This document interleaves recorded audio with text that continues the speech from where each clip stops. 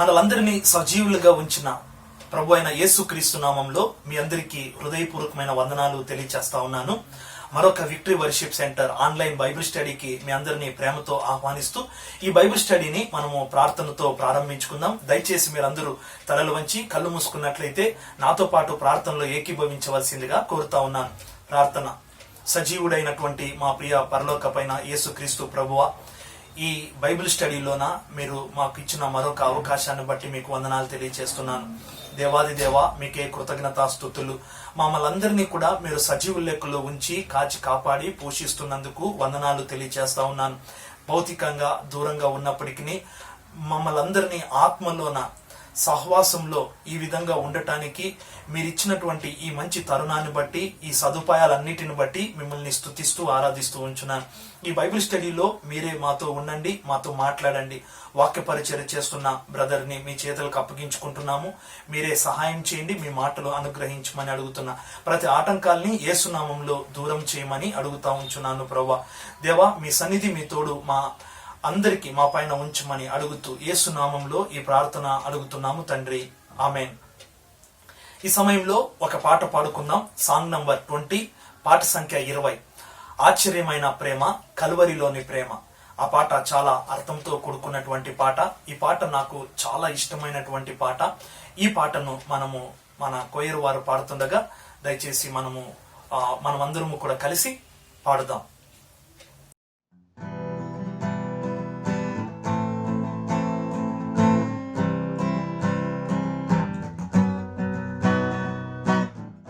ఆశ్చర్యమైన ప్రేమ,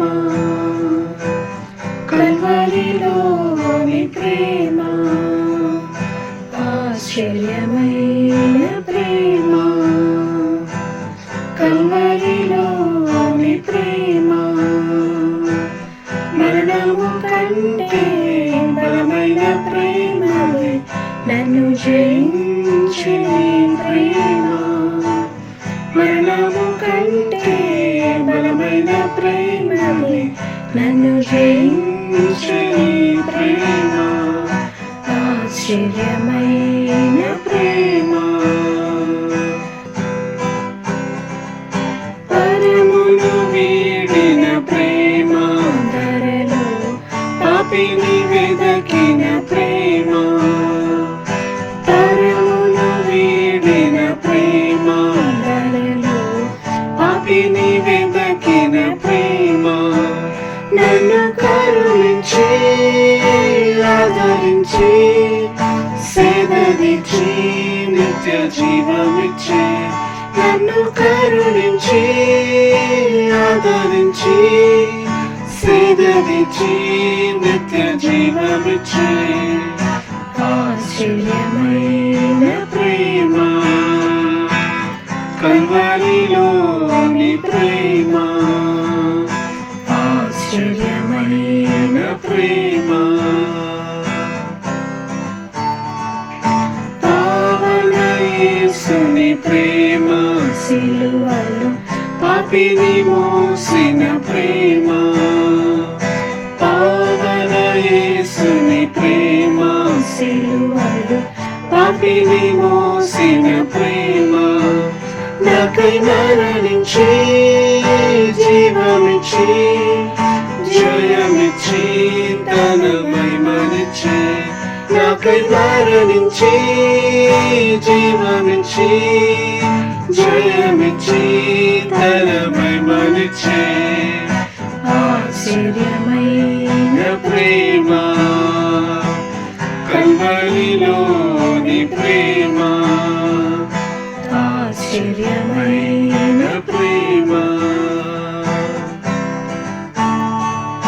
శ్రమలు సహించిన ప్రేమ, నాకై శాపమునోచిన ప్రేమ.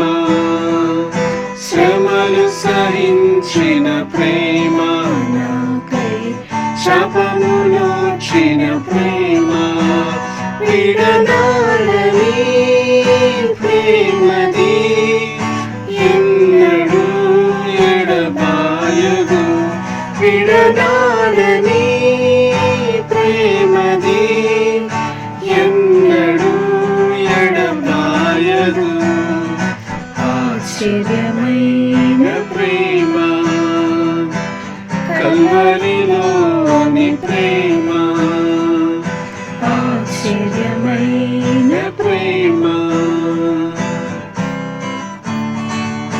నా స్థితి చూచిన ప్రేమ నాపై జాలిని చూపిన ప్రేమ నా స్థితి చూచిన ప్రేమ నాపై జాలిని చూపిన ప్రేమ నాకై పరుగెత్తి కౌగలించి మూతాడి కన్నీటిని తుడిచి నాకై పరుగెత్తి కౌగలించి మూతాడి కన్నీటిని తుడిచి ఆశ్చర్యమైన ప్రేమ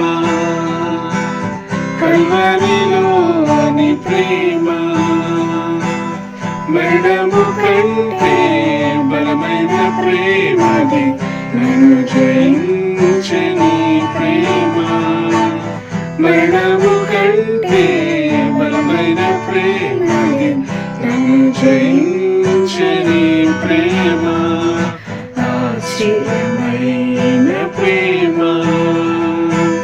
కల్వరిలోని ప్రేమ ఆశ్చర్యమైన ప్రేమ. పాడిన ఆ పాటలోన లాస్ట్ స్టాంజా మీరు చూసినప్పుడు దాంట్లో ఒక మాట ఉంది, నా స్థితి చూచిన ప్రేమ నాపై జాలిని చూపిన ప్రేమ నాకై పరుగెత్తి కౌగిలించుకుని ముద్దాడిన ప్రేమ. ఆ మాట చాలా అర్థవంతమైనటువంటి మాట. ఈ ప్రపంచంలో యథార్థమైన ప్రేమ, నిజమైన ప్రేమ, ప్రతి మనిషిని ప్రేమించే ప్రేమ ఏదైనా ఉంది అనంటే అది యేసుక్రీస్తు ప్రభుల వారి ప్రేమ. ఎందుకనంటే ఆ ప్రేమే ఆయన ఈ లోకానికి రావడానికి, మనుషులందరి పాపాలని క్షమించడానికి, ఆయన ఎలాంటి పరిస్థితుల్లో ఉన్న ఏ వ్యక్తినైనా సరే ఆయన కౌగిలించుకుని ముద్దాడి ప్రేమించేటువంటి ప్రేమ. అలాంటి ప్రేమ మనము అనుభవిస్తున్నాము, తర్వాత చాలా మంది కూడా అనుభవించబోతా ఉన్నారు. అలాంటి ప్రేమను బట్టి దేవుణ్ణి స్తుతిద్దాము, ఆరాధిద్దాం. ఈ సమయంలో 2 ప్రార్థన అంశాలు ఉన్నాయి. ఆ ప్రార్థన అంశాల్లోనికి వెళ్ళకముందు, మొదటి ప్రార్థన అంశంలోనికి వెళ్ళకముందు రోమా పత్రిక 10వ అధ్యాయము 11-12 వచనాలు నేను చదువుతా ఉన్నాను. దయచేసి మీ బైబిల్లో మీరు గమనించవలసిందిగా కోరుతా ఉన్నాను. రోమా పత్రిక 10వ అధ్యాయము 11-12 వచనాలు. ఏమనగా ఆయన యందు విశ్వాసముంచు వాడెవడును సిగ్గుపడుడని లేఖనము చెప్పుచున్నది. యూదుడని గ్రీసు దేశస్థుడని భేదం లేదు, ఒక ప్రభువే అందరికీ ప్రభువై ఉండి తనకు ప్రార్థన చేయు వారందరి ఎడల కృప చూపుటకు ఐశ్వర్యవంతుడై ఉన్నాడు. ఈ చదువుబడినటువంటి మాటలోన పౌలు భక్తుడు రాస్తున్నటువంటి మాట.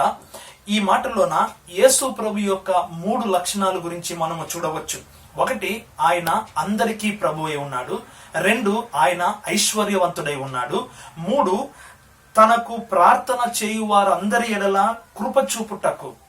అంటే ఏ విశ్వాసి అయితే ఆయన నామములో ప్రార్థన చేస్తారో, ఏ విశ్వాసి అయితే ఆయన యందు విశ్వాసం ఉంచి ప్రార్థన చేస్తాడో ఆ ప్రార్థన ఆయన ఆలకించి ఆయన కృప చూపడానికి సిద్ధంగా ఉన్నటువంటి దేవుడు.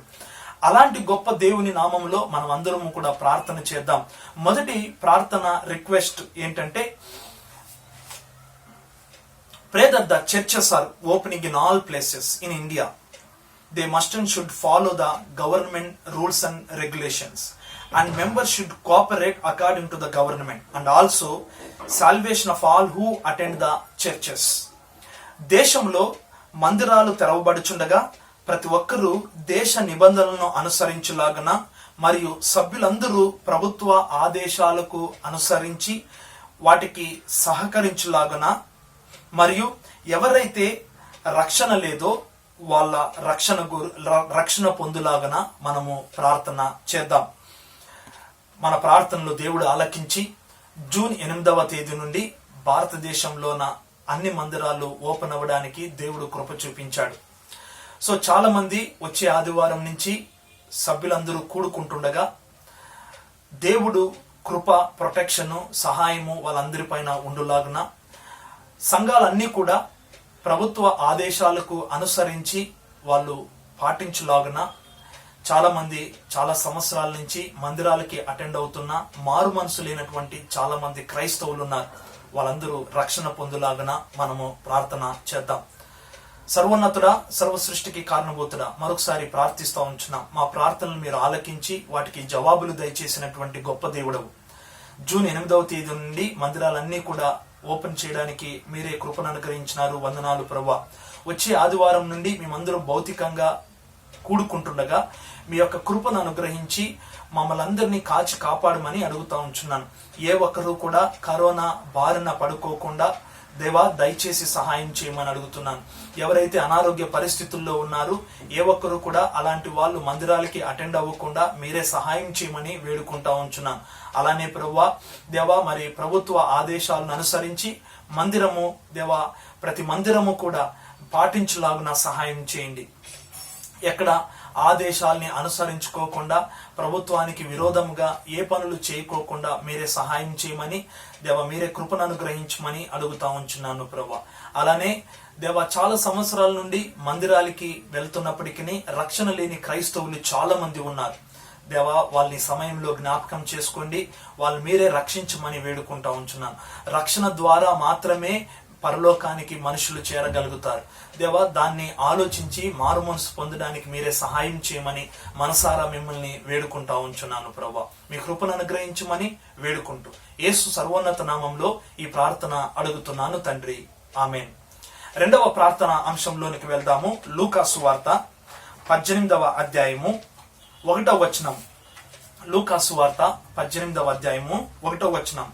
వారు విసుకక నిత్యము ప్రార్థన చేయుచుండవలనటకు ఆయన వారితో ఈ ఉపమానము చెప్పెను. యేసు ప్రభుల వారు తన శిష్యులతోన మాట్లాడుతున్నటువంటి ఒక మాట ఈ ఉపమానము శిష్యులకి చెప్తున్నాడు. అందులోన ఒక మాట చెప్తా ఉన్నాడు, వారు విసుకక నిత్యము ప్రార్థన చేయుచుండవలనను. అంటే ప్రతి విశ్వాసి కూడా విసుకక నిత్యము ప్రార్థన చేయవలననేది దేవుని యొక్క ఉద్దేశము అనేది ఈ ఉపమానంలోన మనకు తెలుస్తుంది. విసుకక దేవునిలోన దేవుని సన్నిధిలోన ఉండాలని, దేవునితోన ఎప్పుడు కూడా ఆ మంచి సంబంధము ఆ ప్రార్థనలో ఉండాలని దేవుడు ఆశిస్తా ఉన్నాడు. ఇక్కడ చెప్పబడినటువంటి ఉపమానంలోన ఒక అన్యాయస్తుడున్నాడు. ఆ అన్యాయస్తుడైన న్యాయాధిపతి ఉన్నాడు.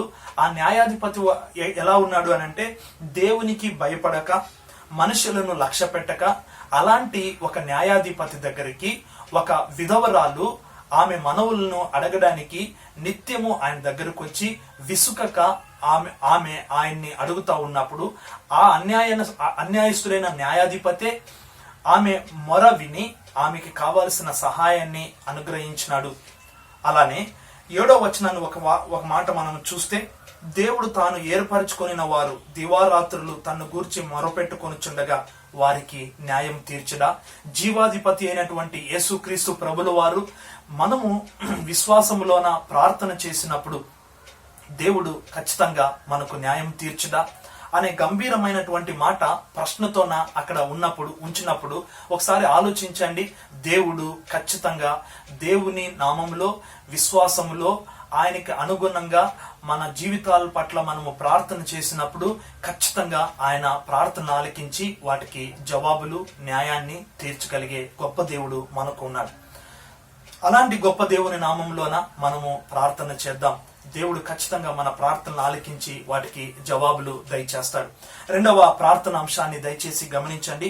ప్రే that the state government should take initiation and plan the academics and the students may not lost their education and students salvation.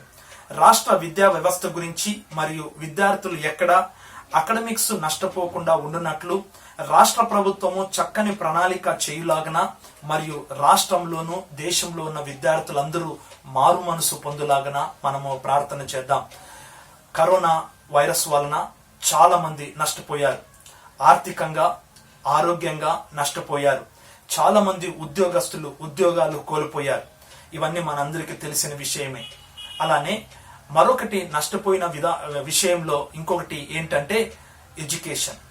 June కల్లా స్కూల్స్ కాలేజెస్ ఓపెన్ అవ్వాలి. కానీ ఇప్పుడున్న పరిస్థితుల్లోన ఇంకా స్కూల్స్ గానీ కాలేజెస్ గానీ ఓపెన్ అవ్వలేదు.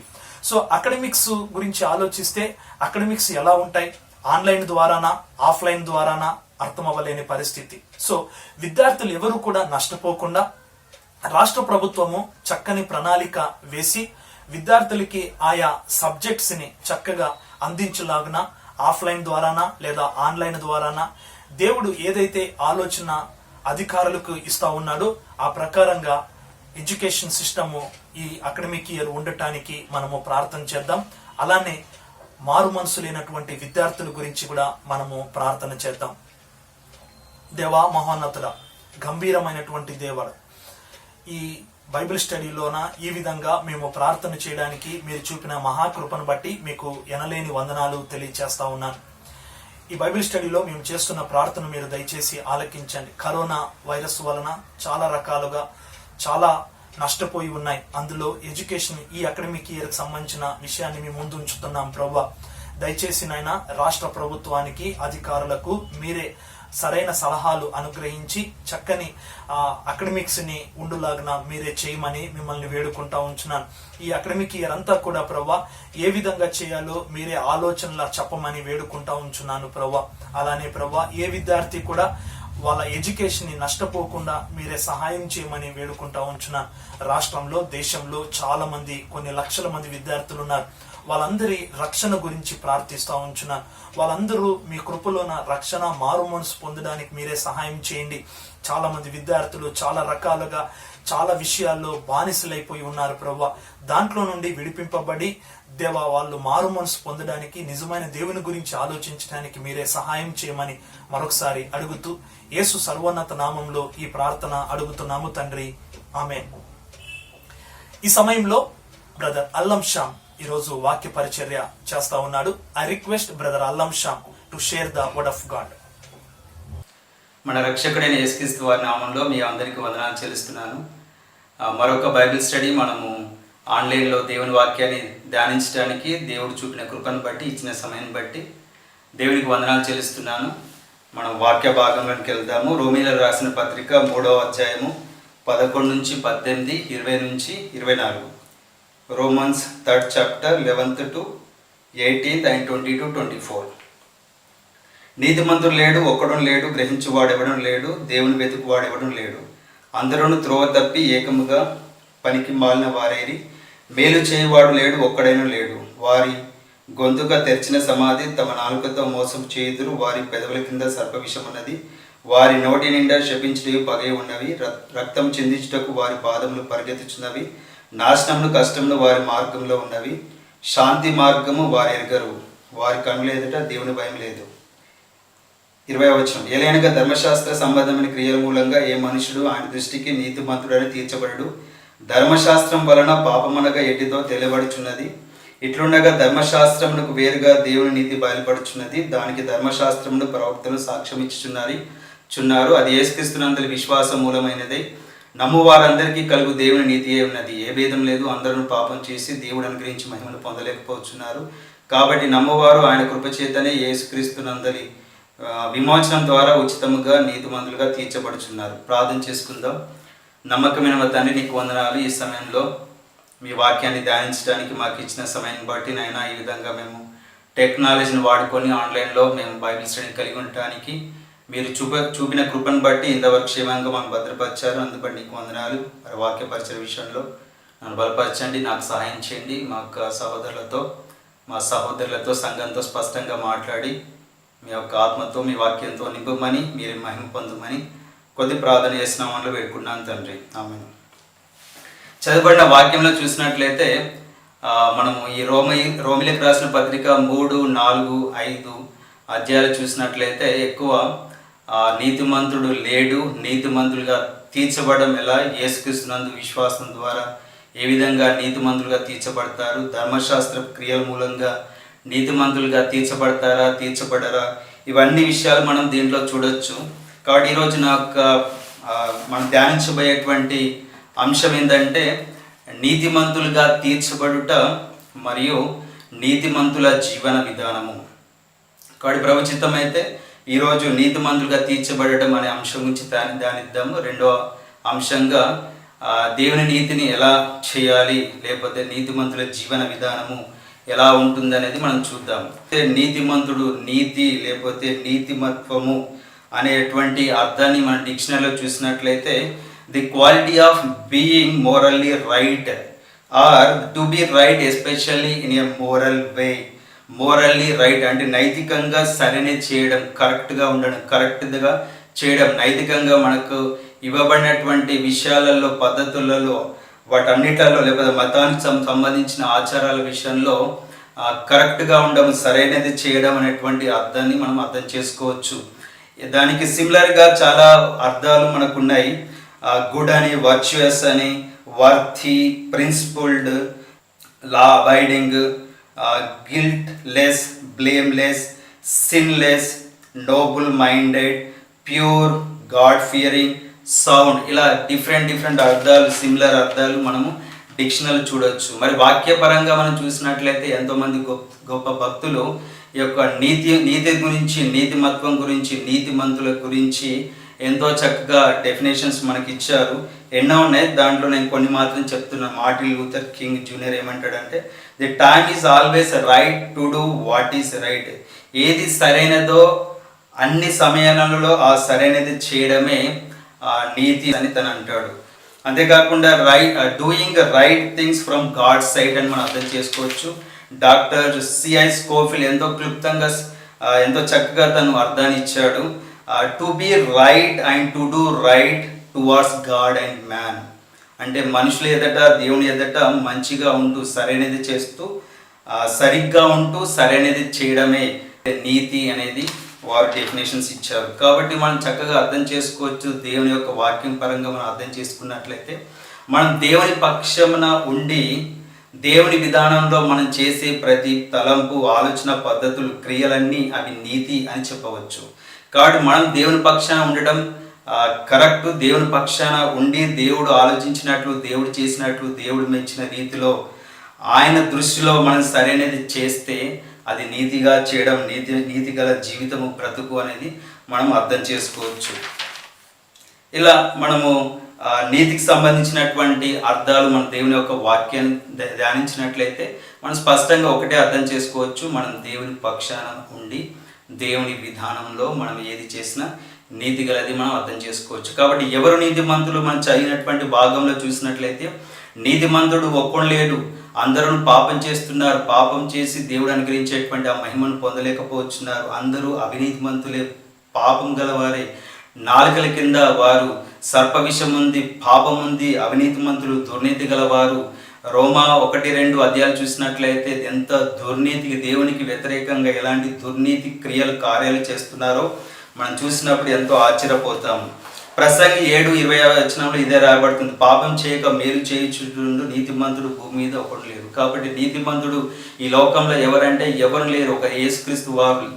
దేవుడు ఒక్కడే నీతిమంతుడు. మనుషులలో చూసినట్లయితే యేసుక్రీస్తు వారు ఒక్కరే నీతిమంతుడు. యేసుక్రీస్తు కంటే ముందు నీతిని జరిగించిన వారు, నీతిగా బ్రతికిన వారు ఎవరు లేరు. కాబట్టి దేవుడు ఒక్కడే నీతిమంతుడు. బైబిల్లో నీతి గురించి, నీతిమత్వం గురించి, నీతిమంతుడి గురించి ఎంతో విస్తారంగా రాయబడింది.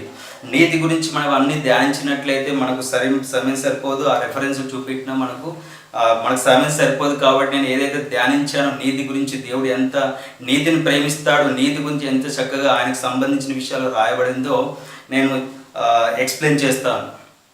యెహోవా నీతిమంతుడు, ఆయన నీతిని ప్రేమించేవాడు, ఆయన రాజ్యము నీతి గల రాజ్యము. పేతురు అంటాడు కదా, మనం కొత్త ఆకాశం, కొత్త భూమి కొరకు కనిపెడుతున్నాం, అక్కడ నీతి నివసించును.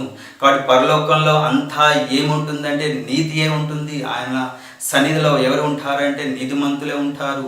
ఆయన సింహాసనం నీతి న్యాయానికి ఆధారం అని రాయబడింది. ఆయన కుడి హస్తము దక్షిణ హస్తం నీతితో నిండికొని ఉన్నది. ఆయనకు నీతియే ఆధారం అని రాయబడింది యెషయాలో. అంతేకాకుండా నీతి అనేటువంటి కవచాన్ని ఆయన ధరించుకున్నాడు. నీతి గల కిరీటం అని రాయబడింది. ఆయన నోట నుంచి నీతి బయలువెళ్ళుచున్నది. ఆయనకు ముందు నీతి నడుచుచున్నది. ఆయన అడుగుజాడలో నీతి ఉన్నది. అడుగుజాడలో నీతి బయలువెళ్ళుచున్నది, నడుచుచున్నది అని రాయబడింది. అంతేకాకుండా ఆయన యొక్క గుమ్మంలో, నీతి గల గుమ్మంలో, ఆ నీతి గల గుమ్మంలో నుంచి నీతిమంతులే ప్రవేశిస్తారని రాయబడింది. ఆయన యొక్క శాస్త్రంలో నీతి గలవి, ఆయన మార్గంలో నీతి గలవి, ఆయన చేసే అన్ని క్రియలన్నీ నీతి గలవి, ఆయన ఇచ్చిన వాక్యము నీతి గలది, ఆయన యొక్క ధర్మశాస్త్రము నీతి గలది. ఆయన నీతిని బట్టి విమర్శ చేయొచ్చు, యుద్ధాన్ని జరిగించేవాడు. ఆయన నీతి స్థిరముగా ఉంటుంది, ఆయన నీతి నిత్యము ఉంటుంది. ఆకాశం ఆయన నీతిని తెలియచేయుచున్నది. ఆకాశం మహాకాశం ఎంత ఉన్నతమైనదో ఆయన నీతి అంత ఉన్నతమైనది. ఆయన మనకు నీతి సువార్తను అనుగ్రహించాడు. ఆయన తీర్పులు నీతి గలవి, ఆయన అంగీకరించేటువంటి బలులు నీతి గల బలులు అని రాయబడింది. ఆయన నీతి శాశ్వతమైనది అని రాయబడింది. ఎక్కడ చూసినా నీతి నీతి. చూడండి, పరలోక రాజ్యము ఆయన దగ్గర ఉండేవారు, దేవుడు చేసేటువంటి కార్యాలు, ఆయన సమస్తమైనటువంటి ప్రతి దాంట్లో నీతి ఉంటుంది, నీతి ఉంటుంది. అంతా నీతి ద్వారానే. కాబట్టి దేవుడి నీతిని ఒక మనుషుడు లిమిటెడ్ పర్సన్ ఏ విధంగా అర్థం చేసుకోగలుగుతాడంటే ఎట్టి పరిస్థితుల్లో అర్థం చేసుకోలేడు. దేవుడు మెచ్చిన రీతిలో మనం ఏది చేసినా కానీ అది దేవుని నీతికి సరిపోదు. అది దేవుని నీతిలో నీతి గలదిగా ఎంచబడదు అనేది ఎంతో సత్యము. కాబట్టి మనుషులలో చేసినటువంటి సమస్తమైనటువంటి కార్యాలు, ఆయన గతంలో ప్రస్తుతం ఫ్యూచర్లో జరిగించేటువంటి అన్ని కార్యాలలో ఆయన నీతి మనకు కనబడుతుంది. అంతేకాకుండా నీతి గల కుమారుని యేసుక్రీస్తు వారి లోకానికి మనకు అనుగ్రహించారు. ఆయన బాప్తిజం తీసుకుంటున్నప్పుడు అంటాడు కదా, ఆయన బాప్తిజం తీసుకునే అవసరం లేదు, ఆయన ద్వారా మనం బాప్తిజం పొందాల్సిన అవసరం ఉంది, కానీ నీతి యావత్తు జరిగినవు అంటాడు. ఆయన బ్రతుకు చూసినట్లయితే ఆయన తన ఇష్టం కొరకు జీవించలేడు, తండ్రి చిత్తం చొప్పున చేశాడు, తండ్రి నీతిని జరిగించాడు, నీతి ప్రకారము న్యాయం ప్రకారం జీవించాడు. పరిసలు సదుకాయలు ఆయన వెంట వస్తూ ఆయన తప్పు దొరకబట్టాలని అవినీతిని, ఆయనలో ఉన్నటువంటి అన్యాయాన్ని కానీ అసత్యాన్ని కానీ తప్పును దొరకబట్టాలనుకున్నారు. కానీ ఏమాత్రము ఆయనలో తప్పును కానీ పాపమును కానీ ఏది వారు పసిగట్టలేకపోయారు. పిలాతు భార్య అంటుందిగా, ఆ నీతిమంతుని జోలికి వెళ్ళకు. పిలాతు కూడా అంటాడు, ఈయనలో ఏ తప్పిదము లేదు అని అన్నప్పుడు వారు సిలువ వేయమంటారు. శతాధిపతి అంటాడు కదా, సిలువ వేయబడిన తర్వాత నిజంగా ఇతడు నీతిమంతుడు అని అంటాడు. ఆ అపొస్తలులు నెక్స్ట్ ప్రకటించినటువంటి ప్రతి శిష్యులు కూడా ఏమంటారు అంటే, నీతిమంతుని మీరు అప్పగించారు అంటారు. యేసుక్రీస్తు వారు బ్రతికున్న టైంలో ఆదరణకర్త గురించి మాట్లాడుతూ ఆయన పాపం గురించి, నీతిని గురించి, తీర్పు గురించి ఒప్పింప చేయను అన్నప్పుడు, మీరు నన్ను చూడరు కనుక నీతిని గురించి ఒప్పింప చేస్తాడు. ఎందుకంటే ఆయనను చూస్తే నీతి ఏంటిదో మనకు అర్థమవుతుంది. నీతి అంటే ఏంటిదంటే అదిగో ఆయనే నీతి, ఆయన చేసే కార్యాలన్నీ నీతి. ఆయన చూసినప్పుడు మనకు నీతి అర్థమవుతుంది. నీతిగా బ్రతకడము, నీతి క్రియలు అనేది మనకు అర్థమవుతుంది. కాబట్టి ఆయన లేరు కనుక నీతిని గురించి పరిశుద్ధాత్మ దేవుడు ఒప్పింప చేస్తున్నాడు. కాబట్టి దేవుడు చేసేటువంటి ఆయన లోకము, ఆయన ఈ లోకంలో జరిగించిన నుంచి ఆది నుంచి ఇప్పటి వరకు విశ్వాస జీవితంలో, ఫ్యూచర్లో ప్రతిదీ, పరలోకంలో సమస్తము ఆయన చేసే కార్యాల్లో నీతి ఉంటుంది, న్యాయం ఉంటుంది, సత్యం ఉంటుంది. బ్రదర్, దేవుడు ఇలా చేశాడు, అలా చేశాడు, దేవుడు ఇలా చేశాడు అని మనం మాట్లాడితే అంటే దేవుని యొక్క నీతి కంటే మన నీతిని ఎక్కువ చేసుకుంటున్నట్టు, మనం కరెక్ట్ అన్నట్టు, దేవుడు కరెక్ట్ కాదని అర్థం వస్తుంది. కాబట్టి ఏ విశ్వాసి కూడా, నిజంగా రక్షణ పొందిన వ్యక్తి ఏ విశ్వాసి కూడా నా దేవుడు ఇలా చేశాడు, అలా చేశాడు, ఇలా చేశాడేంటి ప్రభు, చేశాడేంటి బ్రదర్, అలా చేశాడేంటి బ్రదర్ అనేటువంటి మాటలు ఎట్టి పరిస్థితుల్లో అనకూడదు. నువ్వు భక్తిగా ఉండి మంచి పరిశుద్ధమైన జీవితాన్ని కలిగి ఉండి కూడా ఒకవేళ దేవుడు అనుకోని సంఘటనలు, పరిస్థితులను జీవితంలో ఎదురైనా వాటన్నిటి విషయంలో దేవుని యొక్క నీతి ఉంటుంది, న్యాయం ఉంటుంది.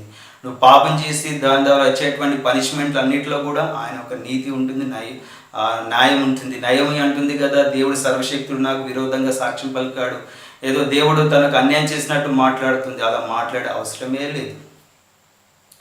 నీతిమంతుడైనటువంటి భక్తి గల దేవుని గురించి తెలిసినటువంటి దానియేలు 9వ అధ్యాయంలో ప్రార్థన చేస్తాడు కదా, నువ్వు నీతిమంతుడవు, మేము ఈ విధంగా చెరలోనికి వెళ్ళి ఈ విధంగా శిక్ష అనుభవించడము అది నీ దృష్టికి న్యాయమే, నీతియే. కాబట్టి నీ నీతి కార్యం బట్టి నీకు మొరపెడుతున్నాను, నా స్వనీతి కార్యం బట్టి నేను ప్రార్థన చేయట్లేదు అంటాడు. అది నీతి గల ప్రార్థన, దేవుడు మెచ్చినటువంటి నీతియుక్తమైనటువంటి బలులతో కూడినటువంటి ప్రార్థన. యోబు కూడా స్వనీతిలో పడిపోతాడు. దేవుని యొక్క నీతి కంటే తన నీతే గొప్పగా అనుకుంటాడు. కాబట్టి దేవుడు ఏది చేసినా ఒక విశ్వాస జీవితంలో ఏది చేసినా నీతిగానే న్యాయంగానే చేస్తాడు. దేవుని ప్రేమించు వారికి అనగా ఆయన సంకల్పం చొప్పున పిలువబడిన వారికి మేలు కలుగుటకే సమస్తం సమకూడి జరుగుచున్నవి. ఆ జరిగే విషయంలో దేవుని యొక్క నీతి ఉంది, న్యాయం ఉంది. కాబట్టి విశ్వాస జీవితంలో ఎలాంటి పరిస్థితులు ఎదురు కానీ, నేను రక్షణ పొందాను, మా బ్రదర్ రక్షణ పొందాడు, తను మ్యారేజ్ని ఒప్పించడానికి 1.5 year టైం పట్టింది. దేవుని చిత్త ప్రకారంగా చేసుకున్నాడు. చాలామంది అగెన్స్ట్గా ఉన్నారు. చివరికి 1 year తర్వాత బాబు పుట్టాడు, మెంటలీ డిజేబుల్డ్.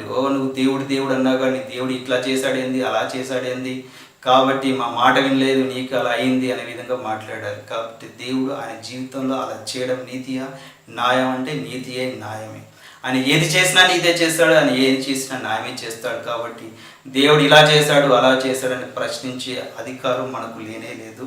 ఎందుకంటే ఆయన ఒక్కడే నీతిమంతుడు, మనం ఎవరో నీతిమంతులం కాదు. కాబట్టి నీతిమంతులుగా తీర్చబడుట ఎలా? ఏ విధంగా నీతిమంతులుగా తీర్చబడతాం? ఈ లోకంలో 2 రకాల మనుషులు ఉంటారంట. బ్లేస్ పాస్కల్ ఎంతో చక్కగా డిఫైన్ చేశాడు ఈ 2 రకాల మనుషుల గురించి. పాపులమని భావించుకునే నీతిమంతులు, నీతిమంతులమని భావించుకునే పాపులు. కాబట్టి చాలామంది నేను నీతిమంతుని అనుకుంటారు, కానీ వారు పాపులే. కానీ నిజంగా నీతిమంతులు ఏమనుకుంటారు అంటే మేము పాపాత్మలం అనుకుంటారు. పరసైడు సుంకరి ప్రార్థన లాగా ఉంటుంది ఇది. కాబట్టి అందరు షరీఫ్లే అనుకుంటారు, నీతిమంతులుగా భావించుకుంటారు, కానీ అందరూ పాపులే అని చెప్పుకోవచ్చు. కాబట్టి మొదటి రకంలో మనుషులలో చూసినట్లయితే నీతిమంతులుగా చెప్పుకునేటువంటి పాపాత్ములు. కాబట్టి మన లోకల్లో ఎన్నో మత ఆచారాలు చూడొచ్చు. ఆ మత ఆచారాలు పాటిస్తూ ఉంటారు, తీర్థయాత్రలు చేస్తారు, మతానికి సంబంధించినటువంటి పద్ధతులు, ఆచారాలు, ప్రార్థనలు, ఉపవాసాలు, ప్రదక్షిణ చేస్తారు, మొక్కుబళ్ళు తీర్చుకుంటారు, తీర్థయాత్రలు చేస్తారు, దాన ధర్మాలు చేస్తారు, ఇంకా కొన్ని మతానికి సంబంధించినటువంటి ఎన్నో కార్యాలు చేస్తారు. లేకపోతే గుళ్ళు కట్టించవచ్చు, డబ్బులు ఇవ్వచ్చు, దాన ధర్మాలు చేయొచ్చు, ఇతర ఆ మతానికి సంబంధించినటువంటి ఆచార వ్యవహారాలు అవన్నీ చేయొచ్చు. దాన్ని బట్టి వారు ఏమనుకుంటున్నారంటే నేను నిజమైన భక్తిపరుడిని, నీతిమంతుని, ఇవన్నీ చేశాను కదా, నేను నిజంగా నీతిమంతుని, నాకు మోక్షం దొరుకుతుంది అనుకుంటారు. యూదులు కూడా అలానే అనుకున్నారు. మా చేతిలో ధర్మశాస్త్రం ఉంది, ప్రవక్తలు, మా పితరులు ప్రవక్తలు, మోషే మా ప్రవక్త, అబ్రహాము మా తండ్రి, మాకు ధర్మశాస్త్రం ఉంది, ధర్మశాస్త్రాన్ని పాటిస్తున్నాము, మేము ధర్మశాస్త్రాన్ని బోధిస్తున్నాం, సమాజ మందిరంలో మాకు గౌరవం ఉంది, మేము నీతిమంతుల సమాధులను శృంగారిస్తున్నాం, మేము దశభాగాలు ఇస్తున్నాం, మేము దినములకు 5 సార్లు ప్రార్థన చేస్తున్నాం, ఉపవాసాలు చేస్తున్నాము, సమాజ కూడికలు మేము నిర్వహిస్తున్నాము, మేము ఇంకా సమాజ మందిరాలను కట్టిస్తున్నాము. ఇంకా మతానికి సంబంధించినటువంటి ధర్మశాస్త్రంలో ఉన్నటువంటి మనుషులకు కనబడే విధంగా ఇవన్నీ చేస్తూ ఉంటారు వారు. కానీ యేసుక్రీస్తు వారు ఏమన్నారంటే, వారు అంటే లైట్ వెయిటెడ్, తక్కువ అంటే మనుషులకు కనబడేటి దేవుడు ఎక్కువ మెచ్చినటువంటి లైట్ వెయిటెడ్ వాళ్ళు చేస్తారు. కానీ హెవీ వెయిట్ అంటే అంతరంగికమైనటువంటి హృదయానికి సంబంధించిన విషయాలు వారు చేయరు. దేవుణ్ణి ఆత్మతో సత్యంతో సేవించే విషయంలో, నిన్ను వారిని పొరుగుని ప్రేమించే విషయంలో, దేవుడు మెచ్చిన దాని విషయంలో వారు చేయకుండా మనుషులకు కనబడవలవని వారి యొక్క క్రియలను కనపరుచుకోవడానికి, నీతిమంతులుగా చూపెట్టుకోవడానికి ఇవన్నీ చేస్తూ ఉంటారు. అదంతా ఏమిటి అంటే అదంతా స్వనీతి, వారి యొక్క స్వనీతి కార్యాలు. దాన్ని బట్టి నీతిమంతులుగా అనుకుంటారు, కానీ వారు నీతిమంతులు కానే కాదు. క్రిస్టియన్స్గా మనం అర్థం చేసుకున్నట్లయితే క్రిస్టియన్స్గా క్రిస్టియన్స్గా ఉండొచ్చు. చిన్నప్పటి నుంచి నువ్వు గుడికి, దేవుని యొక్క మందిరానికి వెళ్తూ ఉండొచ్చు, యూత్ మీటింగ్ అటెండ్ అవుతూ ఉండొచ్చు, తండ్రితో నువ్వు కరపత్రాలు పంచవచ్చు, లేకపోతే ఇంకా ఉపవాస కూడికలకు ఉపవాసాలు చేయొచ్చు, లేకపోతే దశభాగాలు అర్పించవచ్చు, గుడ్లు కట్టించవచ్చు, మందిరాలు కట్టించవచ్చు. మతానికి సంబంధించిన క్రిస్టియానిటీలో నువ్వు అన్ని పండుగలు ఆచరించవచ్చు. అంతేకాకుండా నువ్వు బెత్లెహేము, యెరూషలేము వాటిని దర్శించి ఉండొచ్చు, పవిత్ర స్థలాల దగ్గరికి వెళ్ళి ఉండొచ్చు, యోర్దాను నదిలో బాప్తిజం తీసుకోవచ్చు. ఇవన్నీ మతానికి సంబంధించినటువంటి క్రిస్టియానిటీలో ఇవన్నీ ఏదైతే ఆచారాలుగా కనబడుతున్నాయో అవన్నీ చేస్తున్నాను కాబట్టి నేను భక్తి పరురాలను, భక్తి మంతుని కాబట్టి నేను నీతి మంతుని, నేను ఇంకా పరలోకానికి వెళ్తాను అనుకుంటే నీ భక్తి వ్యర్థమే అనుకోవచ్చు, నువ్వు నీతి మంతుడు కాదు.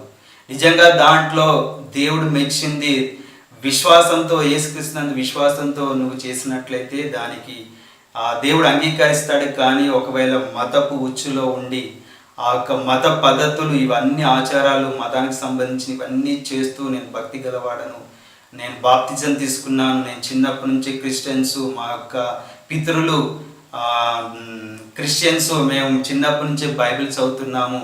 అక్కడ రాయబడుతుందిగా రోమా 2వ అధ్యాయము 13వ వచనంలో, ధర్మశాస్త్రం వినువారు దేవుని దృష్టికి నీతిమంతులు కారు కానీ ధర్మశాస్త్రము చొప్పున నడుచుకుని వారే నీతిమంతులు అని రాయబడుతుంది. బైబిల్ ఉన్నంత మాత్రం నీతిమంతులు కాదు, ఆ బైబిల్ ప్రకారము యేసుక్రీస్తునందు విశ్వాసం ఉంచి ఆ వాక్య ప్రకారం జీవించి వారే నీతిమంతులు అనేది మనం అర్థం చేసుకోవచ్చు.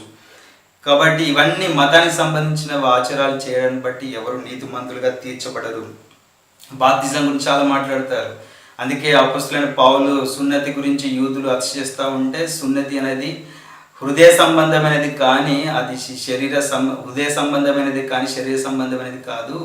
కాబట్టి మీరు బాప్తిజం మీరు సున్నతి తీసుకున్నంత మాత్రాన నీతిమంతులు కారు అని అంటాడు.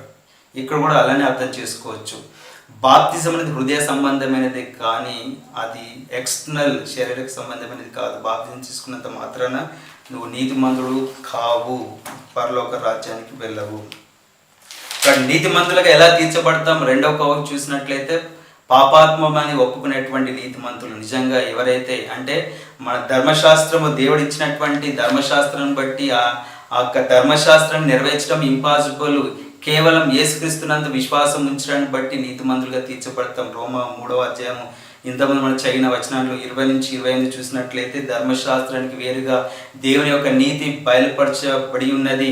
ధర్మశాస్త్రం ప్రవక్తలు దానికి సాక్ష్యం ఇచ్చుచున్నారు. అదేమనగా యేసుక్రీస్తునందు విశ్వాసం మూలమైనదై నమ్మువారందరికీ నీతి దేవుని నీతి అయి ఉన్నదని ఎంతో చక్కగా రాయబడింది. కాబట్టి ధర్మశాస్త్రం ఇవన్నీ నువ్వు మతానికి సంబంధించి క్రిస్టియన్గా ఉండొచ్చు, క్రిస్టియన్ పద్ధతులు అన్నీ నువ్వు పాటించవచ్చు, కానీ నువ్వు యేసుక్రీస్తును విశ్వాసం ఉంచకపోతే, నీ పాపంలో ఒప్పుకోకపోతే, ఆయన యందు నువ్వు విశ్వాసం ఉంచకపోతే, నువ్వు ఎన్ని పద్ధతులతో ఆచారాలు చేసినా కానీ అవన్నీ వ్యర్థమే. నువ్వు నీతిమంతుడు కానే కాదు, అది స్వనీతితో ఈక్వల్.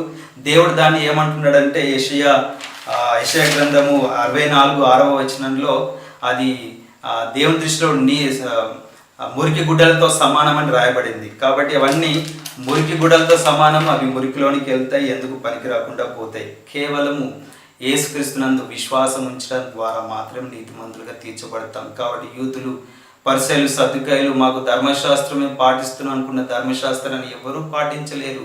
ఎందుకంటే ధర్మశాస్త్రాన్ని ప్రతి ఆజ్ఞను పాటిస్తేనే నీతిమంతులుగా అవుతారు. ధర్మశాస్త్రంలో ఒక్కటి తప్పిపోయినా అతడు తప్పిపోయినట్టే, ధర్మశాస్త్రాన్ని నెరవేర్చినట్టే అవుతుంది. కాబట్టి ధర్మశాస్త్రం అనేది ఎంతో బరువుతో కాడితో కూడినది. అది మనల్ని అరగదొరుకుతుంది, పాపమనగా తెలియచేస్తుంది, మనల్ని అది బయటికి తేలచేయదు అనేది ఎంతో సత్యము. ధర్మశాస్త్రాన్ని పాటించడం, దాన్ని కంప్లీట్గా నెరవేర్చడం అనేది ఎంతో అసంభవం. దాని ద్వారా ఎవరు నీతిమంతులుగా తీర్చబడరు. కేవలం దేని బట్టి అంటే యేసుక్రీస్తునందు విశ్వాసం ఉంచడం ద్వారా మాత్రమే నీతిమంతులుగా తీర్చబడతారు. అది ఏమని చెప్పుచున్నది, ఏమని ప్రార్థన చేయాలి అంటే రోమిలకు రాసిన పత్రిక 10వ అధ్యాయం 9-10 వచనాలు చూసినట్లయితే, రోమిలకు రాసిన పత్రిక 10:9-10 యేసు ప్రభువు నీ నోటితో ఒప్పుకొని దేవుడు మృతుల నుండి ఆయన లేపనని నీ హృదయమందు విశ్వసించిన ఎడల నీవు రక్షింపబడుతూ ఎలయనగా నీతి కలిగినట్టు మనుషులు హృదయంలో విశ్వసించును, రక్షణ కలిగినట్టు నోటితో ఒప్పుకొను. కేవలం నువ్వు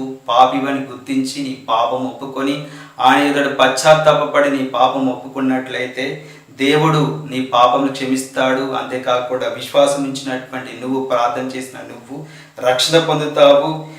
నీతి కలిగినట్లు మనుషుల్లో నీ హృదయంలో విశ్వసిస్తావు కనుక, నోటితో ఒప్పుకుంటావు కనుక నీతిమంతుడుగా, నీతిమంతురాలుగా నువ్వు తీర్చబడతావు. ఆయన మృతుల నుంచి తిరిగి లేచాడు కనుకనే మనం నీతిమంతులుగా తీర్చబడ్డాం. ఆయన మృతుల నుంచి లేవకపోతే మనము నీతిమంతులుగా తీర్చబడేవారు కాదు. కాబట్టి కేవలం యేసుక్రీస్తునందు విశ్వాసం ఉంచడం ద్వారా, క్రియల ద్వారా కాకుండా ఉచితంగా నీతిమంతులుగా తీర్చబడుతున్నాం. నేను కాలేజీలో పనిచేస్తాను, నేను పనిచేస్తున్నా కాబట్టి వారు నాకు డబ్బులు ఇస్తారు, అది జీతం, శాలరీ అవుతుంది. నేను పని చేయకుండా వాళ్ళు డబ్బులు ఇస్తే దానం అవుతుంది. కాబట్టి పని చేయకుండానే ఇస్తే అది దానం. మనం ఎలాంటి క్రియలు చేయకుండానే ఉచితంగా నీతిమంతులుగా తీర్చబడుతున్నాం. మనం అది ఉచితంగా దేవుని యొక్క దానము, లేకపోతే దేవుని యొక్క కృప అని మనం అనుకోవచ్చు. క్రియలను బట్టి కలిగినది కాదు. కాబట్టి ఎఫ్సీలకు రాసిన పత్రికలో మీరు దేని బట్టి ఆచరించిన వీలు లేదు, ఇది క్రియలను బట్టి కలిగినది కాదు, కేవలం ఆయన కృప ద్వారానే యేసుక్రీస్తునందు విశ్వాసం ఉంచడం ద్వారా మనం ఉచితముగా నీతిమంతులుగా తీర్చబడ్డాం. నిజంగా మనం ఎంత ధన్యులమో చూడండి. నిజంగా వారికి ఇచ్చినట్లు మనకు కూడా ధర్మశాస్త్రము ఇచ్చి దాన్ని ఫాలో అవుతే మీరు నీతిమంతులుగా అవుతారంటే మనకి ఎంత కష్టంగా ఉండేదో.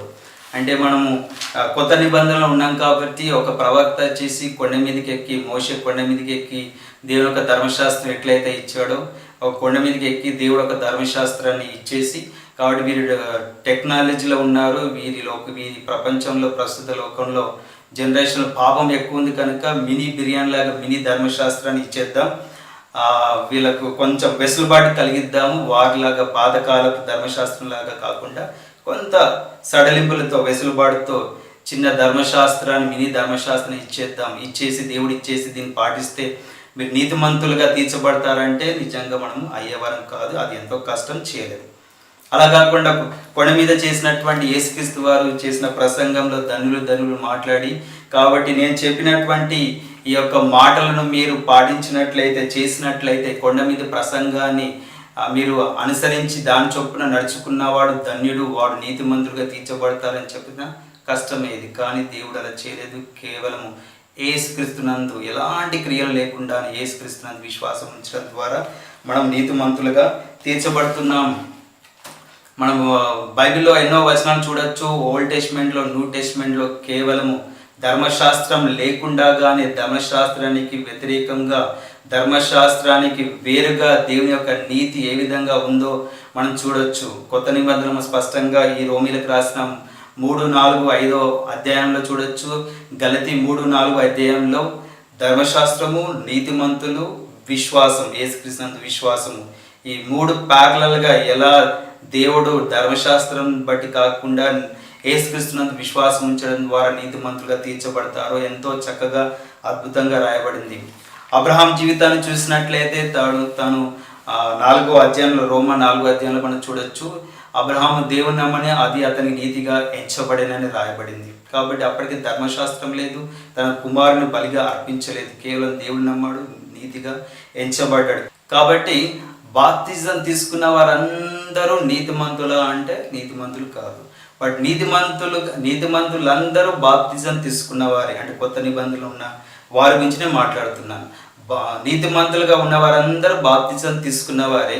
బట్ బాప్తిజం తీసుకున్న వారందరూ నీతిమంతులు కాదు అనేది అర్థం చేసుకోవచ్చు. బాప్తిజం తీసుకున్నంత మాత్రాన నువ్వు నీతిమంతుడు కానే కాదు. యేసుక్రీస్తునందు విశ్వాసం ఉంచి ఆయన యందు నీ పాపములు ఒప్పుకొని పశ్చాత్తాపడినట్లయితే, ఇంకా ధర్మశాస్త్ర క్రియలు కాకుండా, అంటే నీ మతానికి సంబంధించిన క్రియలు ఇంకేవి చేయకుండా, క్రిస్టియన్ ఆచారాలు అంటే దాంట్లో దేవుని యందు విశ్వాసం లేకుండా, ఆ క్రియలను బట్టి నేను భక్తివంతుణ్ణి, భక్తిపరురాలను, నేను నీతివంతుణ్ణి, దేవుని లోకానికి వెళ్తానని నువ్వు భ్రమపడి అవన్నీ చేసినట్లయితే వాటన్నిటికీ